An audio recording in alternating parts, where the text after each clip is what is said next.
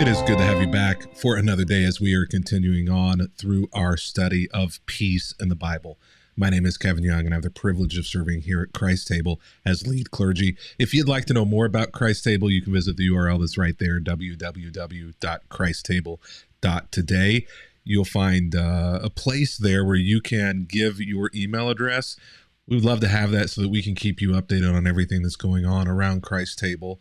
Christ Table is here for those who are disappointed, discouraged, or done with the church, disillusioned. If that describes you, lots of D words there, then it may well be that we are an opportunity for you to still connect with faith and connect with a community that is maybe on the margins or on the fringes of other Christian communities. Many people also just use us as a secondary resource to their own local church for spiritual study and formation, and we don't mind that either. Wherever you are on your journey, consider becoming a part of what we do. One of the primary ways that you can do that is by being a part of our Bible studies. This one, if you'd like more information about, you can visit right there, go.christstable.today/peace. There you're going to find a couple of resources that you can download absolutely for free, no strings attached, a list of all of the days of the study so that you can be aware of those and participate alongside of us as we move through this. And also there is a study guide there that you can download, a PDF that gives you all of the day's readings as well as questions and activities to go along with those each and every day. Now, I will say if you'd like a printed study of that PDF, you can get that there as well as part of a spiritual formation resource box with tools and things to go along with the study. Just click on the button on that URL that says get the box.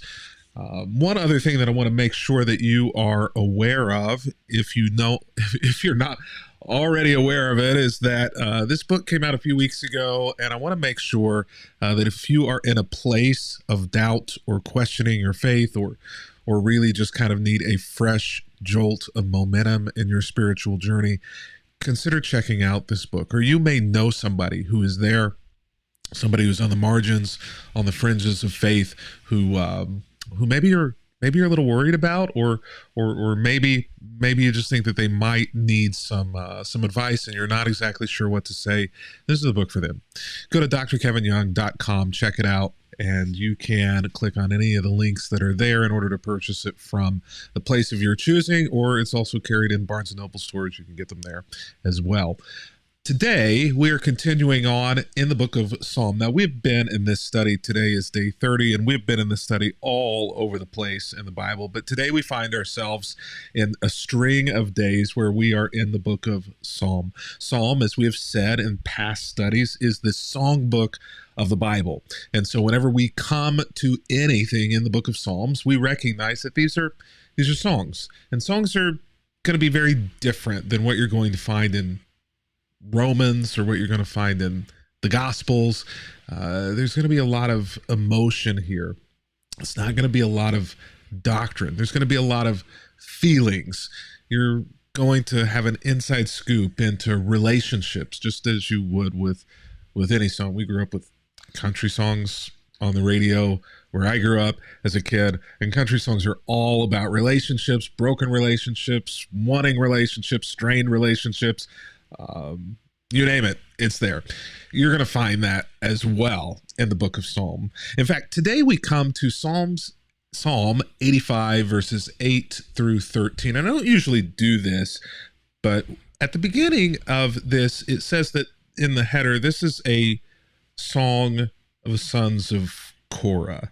And most of us just kind of jet right through those headers and don't think anything else about them. But this one's kind of important because there's a lot of history there behind that name Korah and the sons of Korah.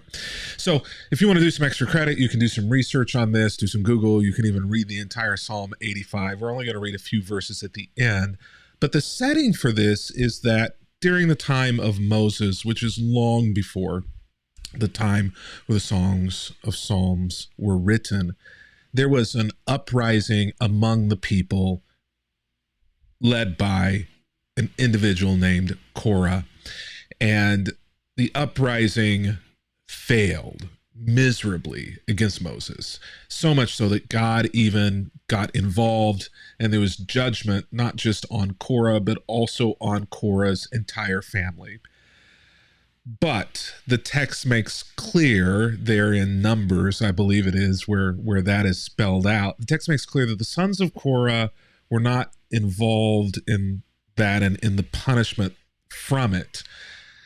So you can still imagine, though, if you're related, your dad, your grandfather was somebody who rose up against one of the only people who have ever seen God face to face and lived to tell about it. Somebody who is as storied and important to your people as Moses, somebody who stood up against them. This doesn't even begin to cover it, but imagine Abraham Lincoln and John Wilkes Booth. Imagine you're the sons of John Wilkes Booth. That's a name you're not going to probably want to claim anywhere among your people, anywhere in the nation in which you live. And so it's dramatically, exponentially worse between Moses and Korah because God himself got involved in the judgment on Korah. So imagine these sons of Korah for generations never wanting to be really associated with this story or Korah because everybody remembers this happening, right? This is one that gets told for generations. But then we come in Psalm 85 to this song that is written by the sons of Korah. And whenever you understand it through that lens, it takes on this like whole new meaning. The words in there about God and God's anger and forgiveness. And the topic for today, peace. So let's jump in to Psalm 85, verse 8. I listen carefully to what God the Lord is saying, for he speaks peace to his faithful people, but let them not return to their foolish ways.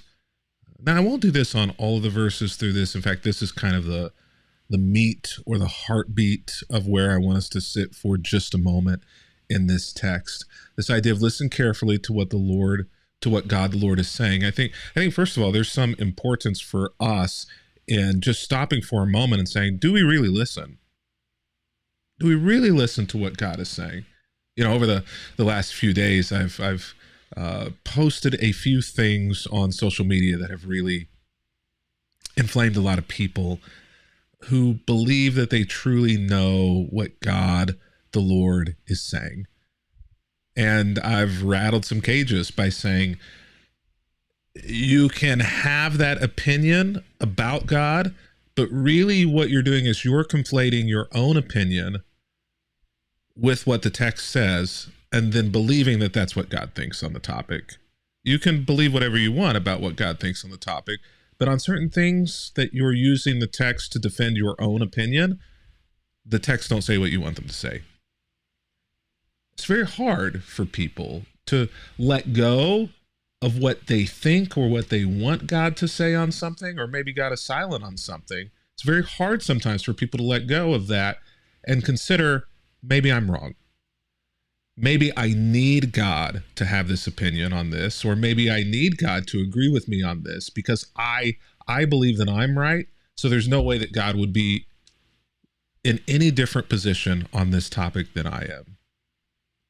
When I push against some of those things for people sometimes and say, well, you may be right that you and God agree on this, but you can't use that verse, or you can't use that passage, or you can't use that line to prove it because it doesn't. It's abuse of the text.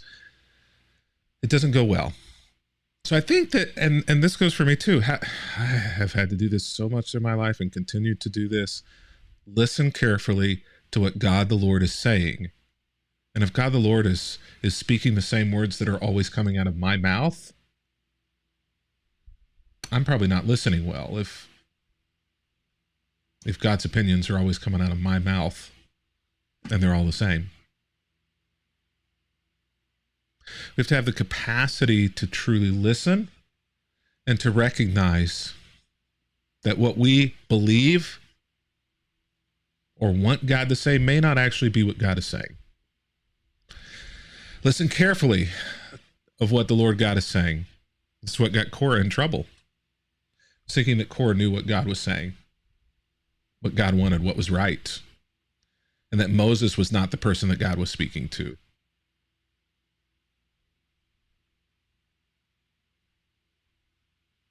They weren't listening to God, they were wrong. For he speaks peace to his faithful people. The text, to my understanding here in Hebrew, and I looked this up, but I just want to say my understanding is that the word faithful isn't there. It's there in context, in that this is written to God's faithful people in general, but that's not actually what the text says. For he speaks peace to his people. Who's to determine who's faithful and who isn't? That's up to God, right? Sometimes we have such burdens and brokenness over the road that we have traveled that no matter how faithful we are, we can never see ourselves as being faithful to God. We are abused merchandise. We are broken. No matter what your opinion is of yourself, God speaks peace to you. But let them not return to their foolish ways, to their tomfoolery, is kind of what's in view here. Actually, honestly, what's in view in the Hebrew, this New Living Translation and most of the English translations actually kind of brush over this with a broad brush. The text really in Hebrew essentially says stupid, stupidity, completely and utterly idiotic, moronic. He speaks peace to his people, but speaking to his people, don't let them return to their stupid ways. Seen through the lens of Korah's rebellion,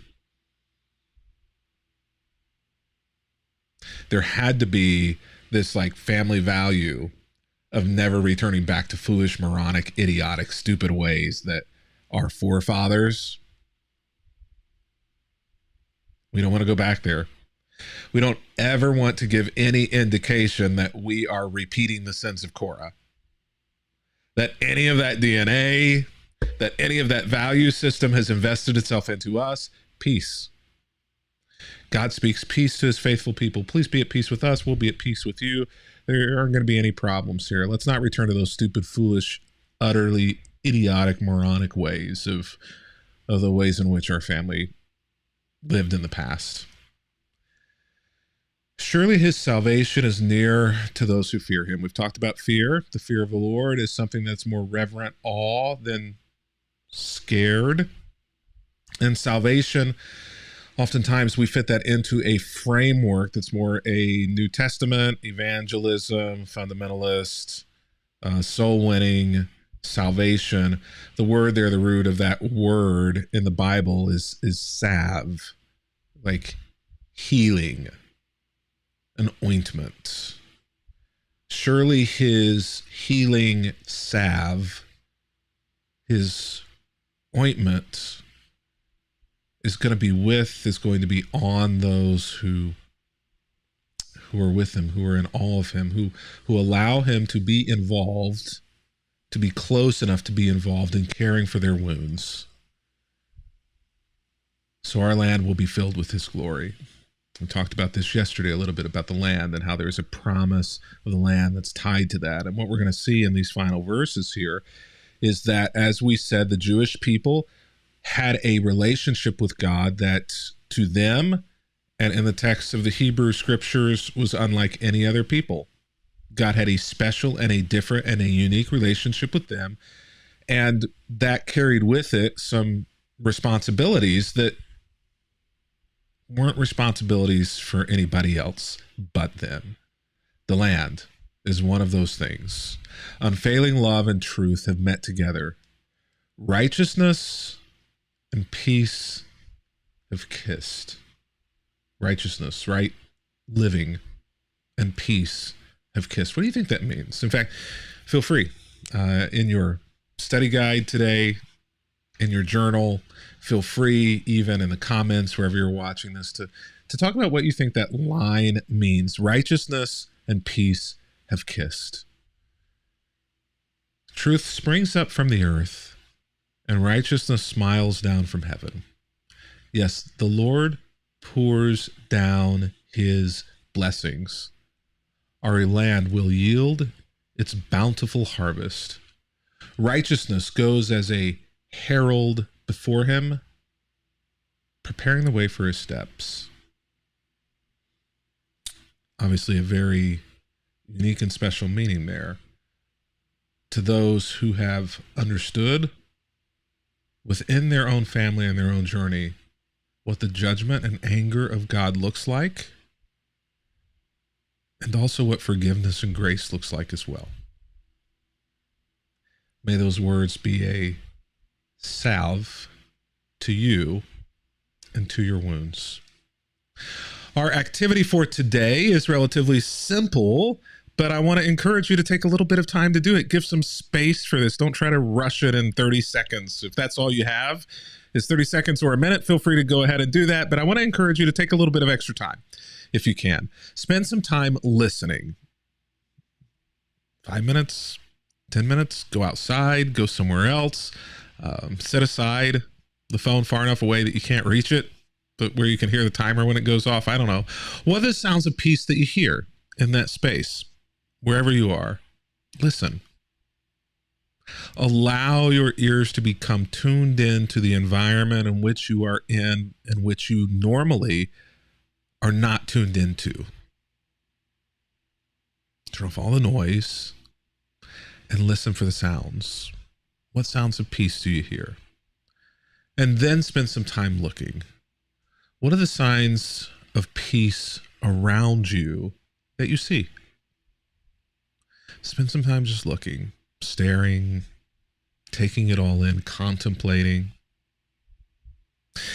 See what you come up with. I would love to see and hear what you find. Well, it's been good to be with you today. Looking forward to being with you tomorrow. If you'd like those study resources, all you got to do is go to that URL, go.christstable.today/peace. Well, until tomorrow, happy reading